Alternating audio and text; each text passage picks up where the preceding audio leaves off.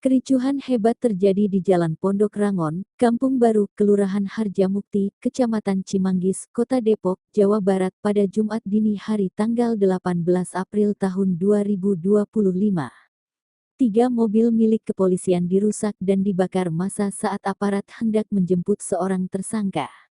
Insiden ini dipicu oleh penjemputan paksa terhadap TS, tersangka kasus penguasaan lahan ilegal dan kepemilikan senjata api tanpa izin.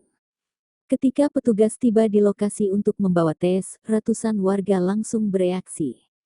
Mereka mencoba menghalangi proses penjemputan dan mulai melempari petugas dengan batu. Situasi semakin tidak terkendali ketika massa merusak dan membakar 3 unit kendaraan dinas kepolisian yang terparkir di sekitar lokasi. Api melahap mobil hingga menyisakan kerangka hangus. Aparat yang terdesak akhirnya mundur sementara waktu demi menghindari korban jiwa. Kapolres Metro Depok, Kombes Arya Perdana, mengonfirmasi kejadian tersebut. Ia menyebut tindakan massa sangat disayangkan karena telah menghambat proses hukum. Kami sudah identifikasi pelaku-pelaku pengrusakan dan pembakaran. Proses hukum